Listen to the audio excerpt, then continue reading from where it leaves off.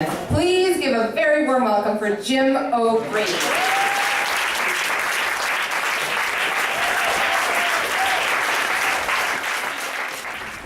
I went to college at Fordham University. Anyone here from Fordham? Really? Wow. Okay, so Fordham University in the Bronx. Yeah. Okay. The real one. The real one, where I toiled as a hard-boiled reporter. So did we. 18 years old. For the RAM, the student newspaper. And now, I'm not saying it's the Hamilton Spectator, which employed Selena Kopic, where she went to Red Lobster and ran naked. But it was the RAM, but I liked it. And I took it very seriously. So one day I'm walking across campus toward the student center, and out comes the elusive Dean McGowan, architect of a policy to replace Fordham's traditionally working to middle-class student body students with wealthier, more prestigious ones.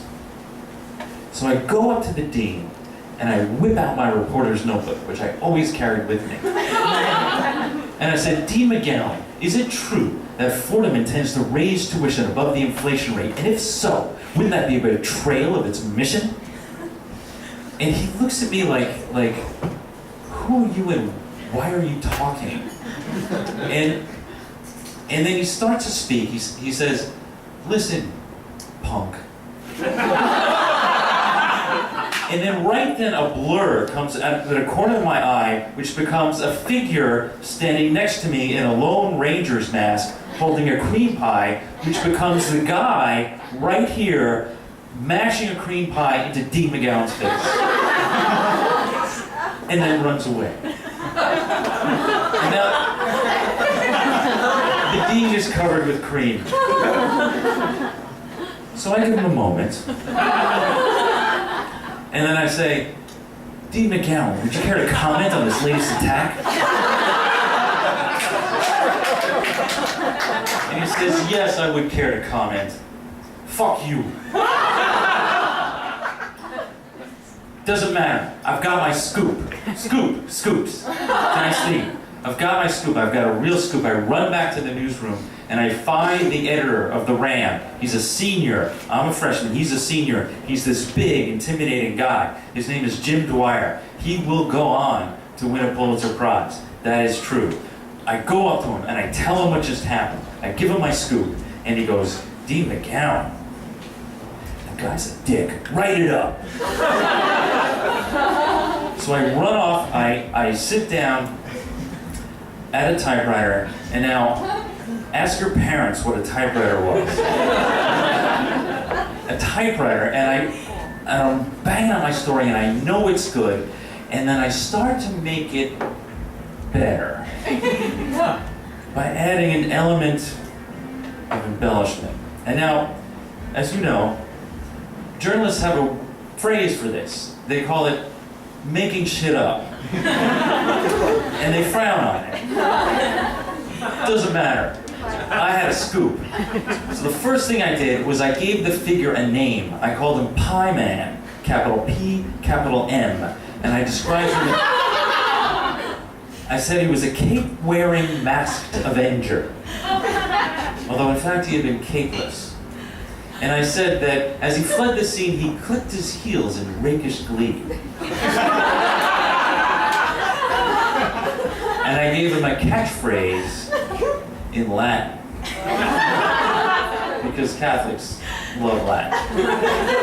I said as he ran away, he cried, Ego sum non an bestia, which means I am not an animal, which makes no sense. I had literally seen it in a Kirk Douglas movie the night before.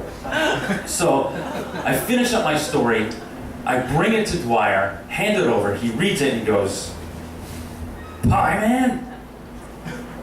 I love it, page 1. And that's how the first line got crossed. A few days later, I get a letter. Ask your parents what a letter was. I get a letter. It says, nice story. good details. If you want to see me again in action, be on the steps of Duane Library, Tuesday at 3 o'clock. Signed, Pieman. And I was there with a photographer from the ramp. And sure enough, 3 o'clock, out comes Sheila Beale, student body president. Sheila was not like the rest of us at Fordham with our flannel shirts and our part-time jobs. Sheila was well-bred. Sheila had school spirit. Sheila was the kind of student that Dean McGowan was trying to get more of. And rumor had it that he got Sheila on his desk in his office. That was just the word around campus. But I would never say that. That was just a rumor. So don't repeat that. But the fact was that Sheila had collaborated with the dean to ban all outdoor drinking on campus. The infamous no more beer with barbecue rule. Because Sheila thought that drinking in public was indiscreet and impolite. So I think you know what happened next. Pieman emerged from behind the late night library Dropbox, made his delivery and fled away, crying, "Ego sum non."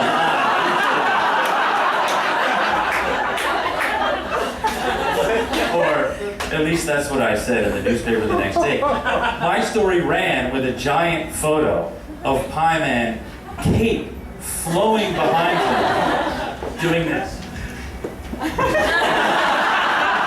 that made him a sensation on campus, that photograph. After that, people were quoting him in class, and they were dressing like him at parties. And for the rest of the semester, the RAM ran 5 major stories about Pieman, all of them by me.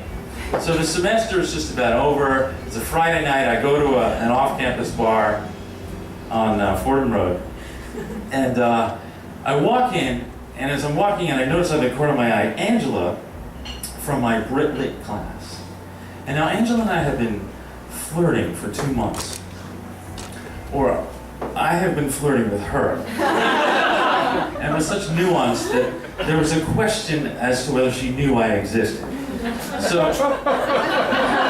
I see her there, and I make a mental note to do nothing about it. And I go to the bar to buy a round for my friends.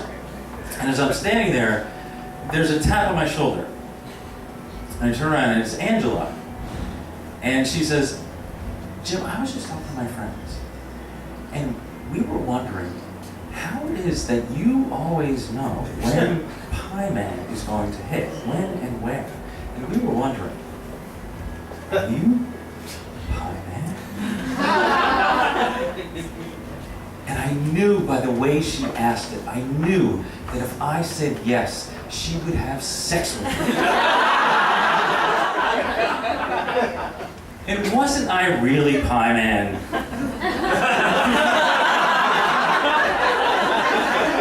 Clearly. Didn't she only know about him because of me? Didn't I sort of bring him into existence? But she had asked a straightforward question that came with a straightforward answer. In fact, I was not Pieman. As far as I knew, I'd never met the guy out of costume. So I looked at her and I said, "Yes, Angela. I am Pieman." And she said, "Ah, good.